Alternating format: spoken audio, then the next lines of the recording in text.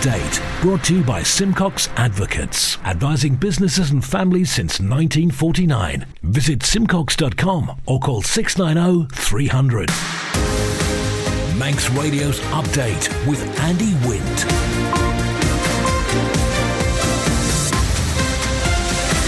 Faster my good evening, it's 5:30. This is Update for Tuesday, 12th of December 2023 from Manx Radio. 30 minutes looking at the latest news on the Isle of Man. Background to that news, we've got sport and business and Sea Watch and travel updates and the newsmakers in person this evening. The Chief Minister's confident on population growth. Electricity is going up from next April. Union ballots for industrial action against the steam packet. The LFT's inundated with gas complaints. And who's painting symbols on houses in Peel? Man Benham for all your business and legal needs. First of all, at 29 minutes ahead of 6 o'clock, the Update News headlines. Faster my Simon Richardson. Faster my. Electricity prices on the Isle of Man will rise again next year. Manx Utilities has confirmed the standard domestic rate tariff will increase from 30 pence per unit to 31.7 pence. It claims the price of electricity on the island will still be comparable to the United Kingdom. The Chief Minister has been answering questions about the plan to increase the island's population in the coming years. He insists the government is confident in addressing the issues that may arise. A previous report by Statistics Isle of Man revealed 35% of new residents leave within 5 years of arriving.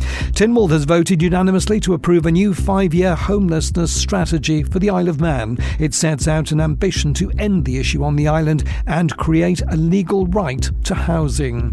Further afield, it's understood a former minister who quit over Rishi Sunak's Rwanda plan is minded to vote against it in the Commons later. Robert Jenricks told MPs the bill could be so much better as the government tries to avoid a damaging Tory rebellion on the issue. And an asylum seeker living on board the Bibby Stockholm barge has died. The vessel is moored at Portland in Dorset and is being used by the UK Home Office as an alternative to hotels for housing those waiting for their claims to be processed. Those are the headlines. I'll be back with more news at 6. Secure tomorrow today with Man Benham's guidance on powers of attorney and more. Manx Radio Weather with Manx Glass and Glazing. Goromaya, thank you, Simon, from the Ronaldsway Met Office. Still got that strong wind warning in operation for the North Irish Sea. State of sea is moderate this evening and overnight. Isolated showers on the island this evening. Then clear spells later in the night and a fresh to strong north-northeasterly. Overnight minimum is 4 degrees Celsius. For Ukraine, Wednesday, dry with sunny spells tomorrow and a fresh northerly, falling light after lunch. Top temperature 8 degrees, pleasant afternoon. Chilly tomorrow evening, then thickening cloud overnight with rain in a fresh to strong southwesterly down to 7 through the night. And for Thursday, Jordan, any rain will soon clear, then dry with sunny spells in a moderate to fresh westerly up to 9 Celsius. Tide's on the way back in. High water's 11 tonight. Low tide 23 minutes past 5 in the morning. Sunrise 29 minutes past 8. And the morning high water at 11:05. Manx Glass and Glazing are proud to be an approved contractor with Construction Isle of Man. Call the team on 674 573 or visit the showroom on the Snugborough Trading Estate. The Chief Minister insists Manx government remains confident of addressing the Isle of Man's population issues. Alfred Cannon MHK has been questioned today on recent findings on those taking up residence and then leaving the island. It has been estimated that the island's population has grown by around 461 people between the census of 2021 and Q1 2023, with the rate of increase trending upwards towards the end of the period. The 2023 population report demonstrates that the average age of migrants settling on the island is in fact lower than the population as a whole. The 2023 report projects that the island's population would reach around 92,000 in 2036 if current levels of inward and outward migration are maintained. There is clearly much to do if we are to realise the benefits of growth. but I am looking forward to continuing to work across all government departments to identify solutions which will increase our overall population and rebalance our age demographics to build a secure, vibrant and sustainable future for this island. I mentioned Mr Morehouse. With regard to retention, the report suggests that around 35% of new residents leave the island within 5 years of their arrival. Doesn't that raise serious concerns about the stickability of new residents and cast a shadow over the current strategy? Well, there's always expected to be a churn of residents in any society, and it should be recognised that some people will only intend to come and live and work here for short periods of time. To that end, we must continue to focus on inward migration as the primary method of increasing the working population to account for this churn and indeed to achieve our greater population ambitions. Nevertheless, Mr President, it is also important that those living here and contributing to society feel welcomed into our community and supported by the government. I'm confident that our projections are in line with our sort of forecasted infrastructure planning. The Office of Fair Trading says it's been inundated with complaints from gas customers who are struggling with billing issues or disconnection threats. The Communications and Utilities Regulatory Authority, CURA, regulates gas prices, while the Office of Fair Trading, the OFT, deals with consumer issues. Tim Glover, MHK, says there's a good reason for keeping the two separate. There isn't a case for CURA and the OFTs to be one and the same, and the reason for that is that CURA do the regulation of gas prices and the regulation of the gas provider, and OFT's role is as the consumer champion. So if there are issues like there seem to be in the case you're mentioning, come to OFT. We're dealing with an awful lot of billing issues and disconnection threats at the moment. In fact, almost exclusively running a customer hotline on that particular area at the moment. So come to OFT if you do have issues as a consumer. Do you think that sometimes leaves a bit of a gap in terms of accountability? No, and the reason for that's pretty clear in that there might come a case where we need to investigate the regulator, and if we're tied up as one and the same, we can't do that. We'd just be investigating ourselves. So that's the reason for the separation, and it is a good reason because we can then, at any moment, if we feel the case is necessary, we can investigate CURA. And what powers then does the OFT have? Limited is the truthful answer. I do think, and certainly it's something I'm going to try and push for as chair, is to have a few more powers in the interests of the consumer and their rights so that we can have a little bit more bite about us. But at the moment, I don't think that is the case. They do a fantastic job. They've had a high degree of success with the billing issues and with the disconnection issues that have come to light over the best part of 2 years. So they're doing a fantastic job as it is, but I think they could do an even better job if they just had a little bit more teeth.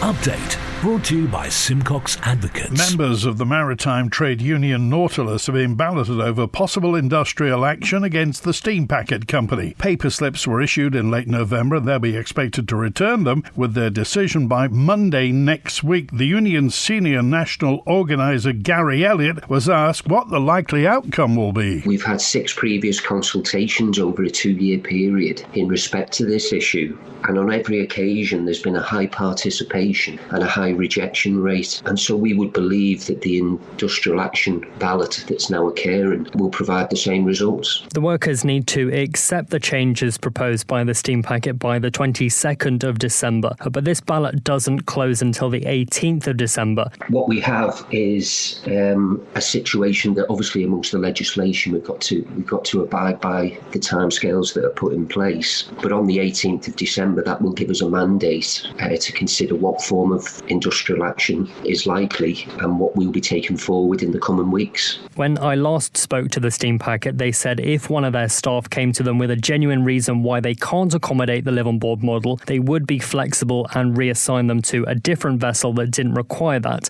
But they say they've only had one person come to them with an issue and that they did reassign them to work on the Manannan. Yeah, I think that says everything, doesn't it? They've only had one employee come and speak to them, indicates the element of trust that's transit across the company at the moment, where their workforce feel completely that they cannot approach their employer to discuss their issues at hand because they don't believe their employer is going to deal with it on a fair and equitable basis, because the employer's made it crystal clear that it's our way or up the highway. It's fire and rehire. It's termination of contracts of employment. It's of no interest to them that people with 20, 30 years loyal service to them can be given 2 or 3 weeks notice that there's going to be a termination of employment. It's completely unacceptable, and their employees see that. They see right through that. Electricity is on the way up. Manx Utilities will increase its domestic tariffs from 30p per unit to 31.7p from the 1st of April next year, after changes were approved by Tynwald this afternoon. Here's the MUA Chair, John Wannenberg, MHK. Tynwald is required to approve increases to the sewage rate in accordance with the Sewerage Act of 1999. The increase in the sewage rate is expected to increase Manx Utilities' revenues by £800,000. The average annual increase for domestic customers is estimated to be approximately £19 per household. Work undertaken by NERA in May 2023 assumed inflationary increases in tariffs and charges and demonstrated that this was sufficient for Manx Utilities to meet its financial obligation. Whilst no chair of Manx Utilities wishes to increase customer tariffs, such increases are vital to enable core infrastructure and investment in the services provided to maintain appropriate levels of quality and reliability. Over the last couple of years, Manx Utilities and the previous chairs, 3 of whom sitting here today, have sought to shield its customers from the full increase in costs it has been facing from the energy crisis. These cost increases impact the costs of providing water and wastewater services due to the consumption of energy at treatment works and pumping stations. Whilst it was expected to have completed the planned pricing review before now, the remaining volatility in wholesale energy markets has meant delaying the review will allow a further stabilisation and hopefully a further reduction in costs that could have been locked in to a review undertaken over the previous summer. Sea Watch with the Isle of Man Steam Packet Company. The vessel Manxman left Heysham at 2:05. She's safely into Douglas Harbour, shining brightly on the link span, and will be departing this evening at 7:45, arriving in Heysham at 11:30. Overnight departures 2:15 from Lancashire back to Douglas at 6 tomorrow morning, and the morning departure for Wednesday 8:45 Manxman to Heysham. Follow the Steam Packet on Twitter for the latest sailing information. Laxey Flour Mills is being considered for protected building status. The story from Lewis Foster. The 4-storey building has stood for more than 150 years, having first opened on the 27th of February 1861. It survived 3 calamitous fires in that time, the first in 1873, the second in 1921 and another in 1946. Despite the impact of the fires, and not to mention 2 world wars, the building is still in use today, with the mill producing flour using solely Manx-grown grain. Fast forward to 2023, however, and in its annual report, Laxey Glen Mills said it had rarely faced so many challenges in its history, including a global pandemic, silo failure, a 1 in 20 crop failure, the battle against ageing machinery, and rapid cost increases. Its losses almost doubled in a year following the loss of its biggest client, Ramsay Bakery. Situated by Laxey Glen and the Laxey River, the mill building itself was designed by Robert Casement, the designer of the Laxey Wheel. It's believed to have been built by John James Moore, the builder of Moore's Bridge over Glen Roy. Inclusion onto the Protected Buildings Register would see the restriction of any future demolition, alteration or extension of the site. Planning and Building Control is currently assessing whether the site meets the criteria for entry onto the register. Written submissions with respect to the proposal can be made until the 8th of January 2024. Manx Radio Business Briefing. At 16 minutes before 6, Pfizer, the American multinational pharmaceutical and biotech corporation, said today it had now received all regulatory approvals needed to close its $43 billion acquisition of Seagen, the Seattle-based biotech company, after agreeing to donate the rights of royalties from the sales of its Bavencio cancer drug. In order to address the U.S. Federal Trade Commission radiation concerns, Pfizer's chosen to donate the rights in America to the American Association for Cancer Research. And for a full daily market report, go to ramseycrookall.com.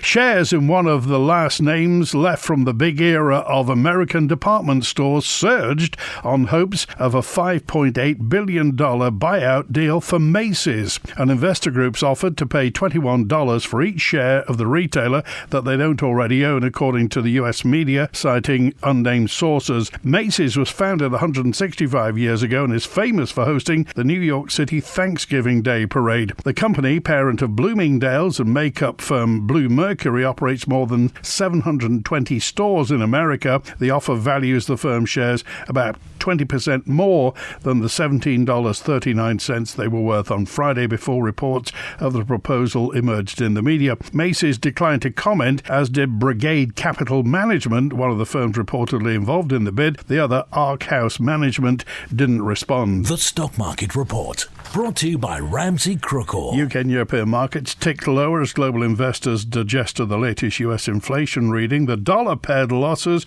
US crude oil prices dropped, and gold was flat too. The numbers from Ramsey Crookall at the close in London.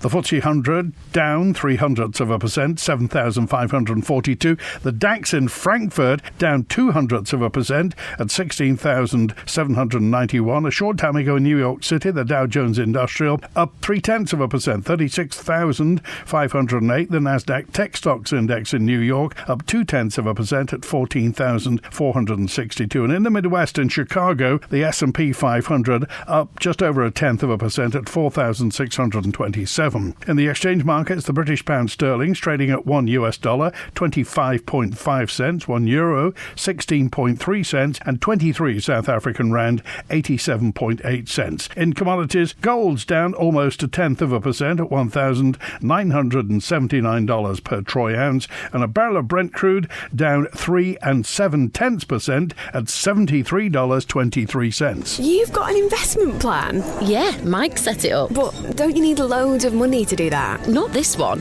It's called Shearwater from Ramsey Crookall, and you pay in monthly as little as £100. So it's like saving regularly, really helping us invest in the future for a house, or the kids' education. £100 a month? I could easily do that. You should. The sooner you start, the better. Invest in your future with as little as £100 a month. Shearwater from Ramsey Crookall, the island's investment specialist for 75 years. Call 717171 or visit ramseycrookall.com.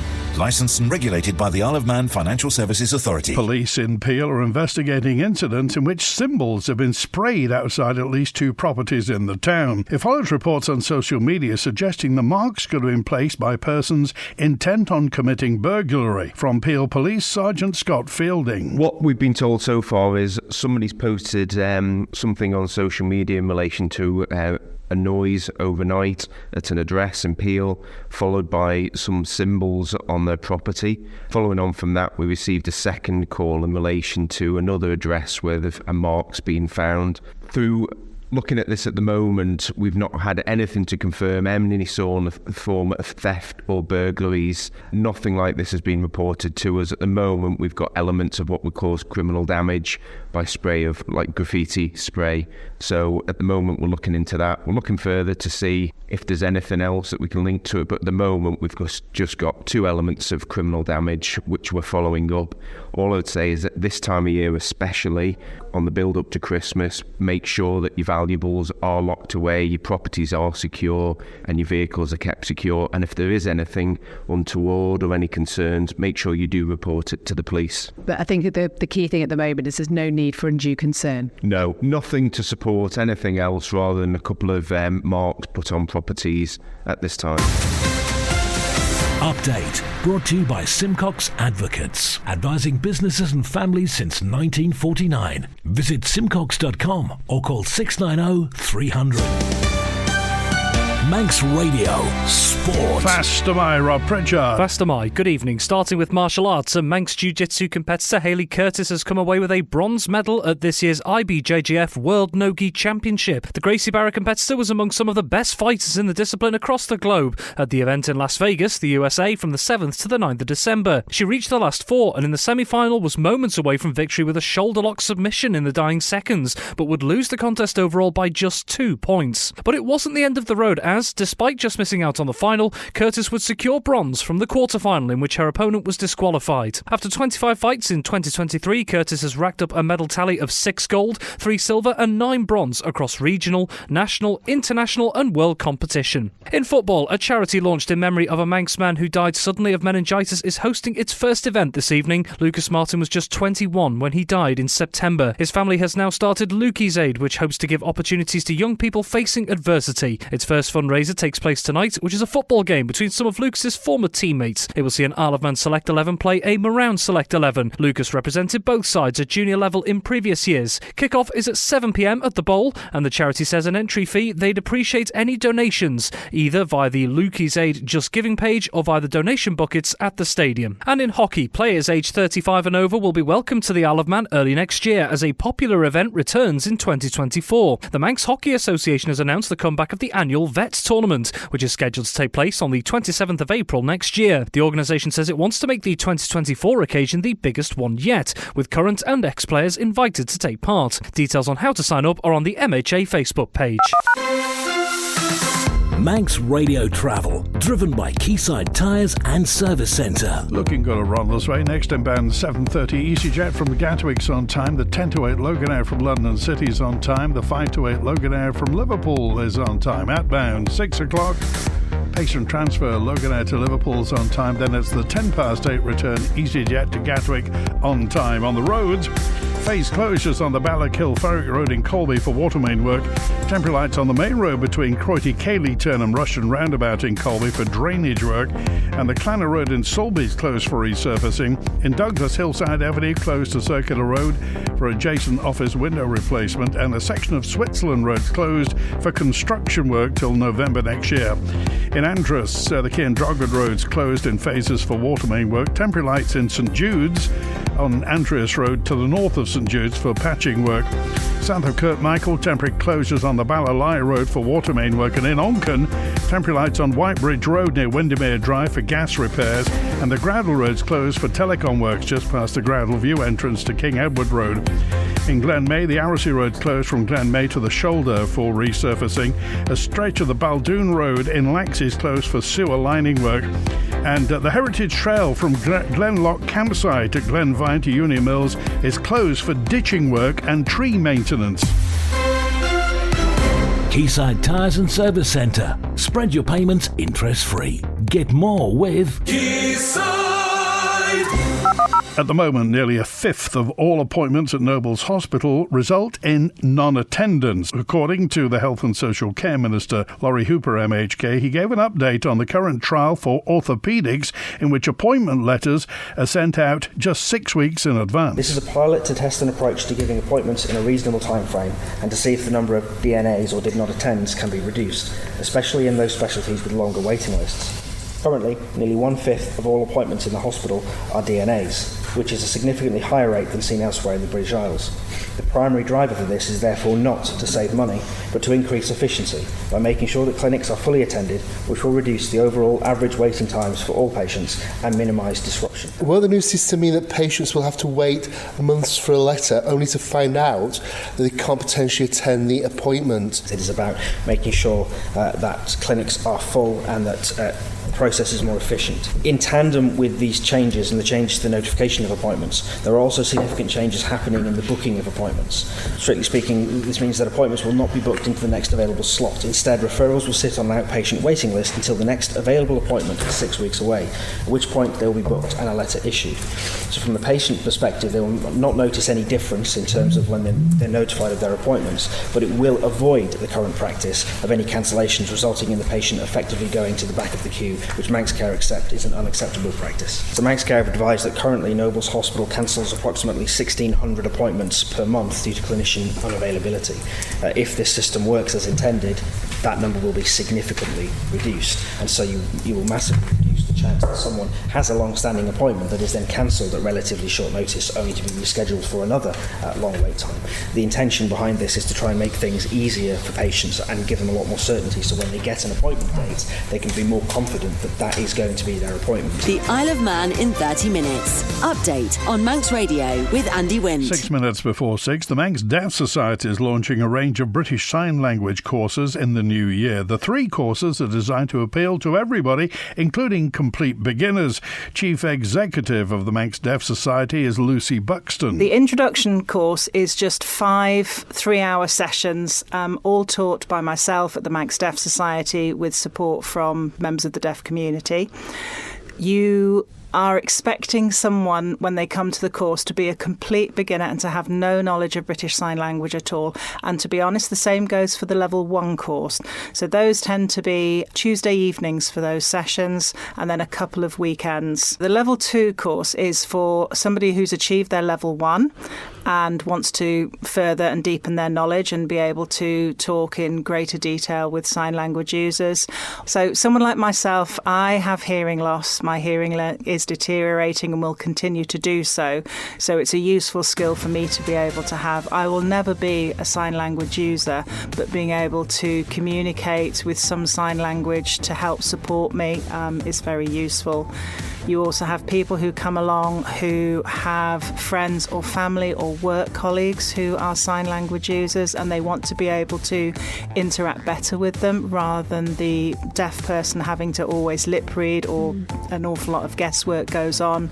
And it can also be people who just have an interest in the language. We don't have a huge sign language using population over here, but for the people here who do use sign language, knowing that there are more people around who you can see that someone is chatting to someone else using sign, you can say, oh, you know, I know a little bit of sign, nice to meet you, and it does make a difference.